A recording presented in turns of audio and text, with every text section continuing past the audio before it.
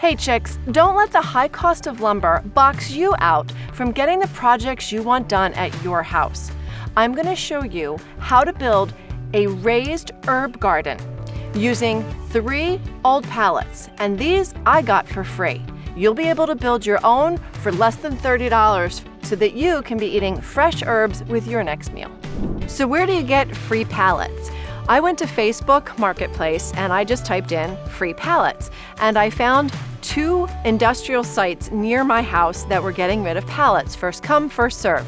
So I went over and I picked out 3 pallets that were of the same size so that I could create a uniform box. I actually had 2 that were the same style and 1 that had a little different configuration of wood, which was fine. That was my top. So as you see, it's building a house of cards. So I have my 2 on the side and my 1 on the top, and this is how you can get started with free wood. The first thing you want to do is make sure that you have set this up that it is square. You don't want a crooked garden center. And I also grabbed these large L brackets, and I made sure I bought galvanized so that they will not rust outside in the elements. So I will be applying 4 of these, 1 in each corner of my garden center.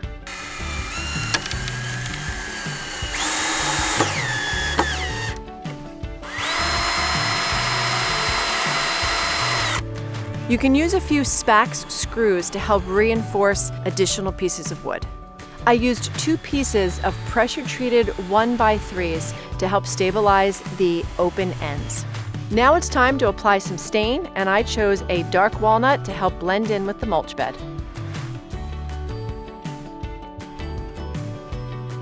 Now that the stain is dry, I can add the landscape fabric and plants to my herb garden. Roll out your landscape fabric across the top of your garden bed and leave a few inches on both sides.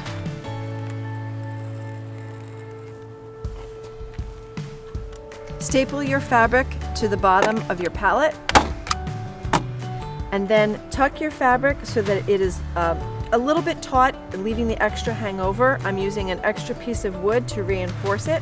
So I will attach this here and then flip this over so that I have some extra landscape fabric on the ends to give it more support and finish off these corners.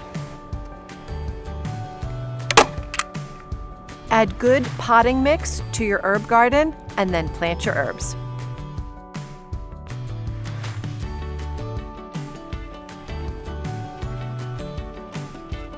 So you can see my cute little herb garden was easy to make, and it cost me less than $30 for the parts. And then I added the plants. I left some room so I can add more herbs when I hit the nursery next.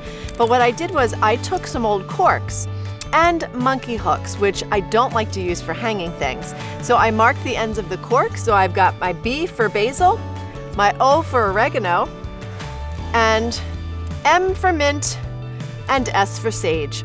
So now I will know exactly what is planted where, and I can grab it when I'm ready to cook.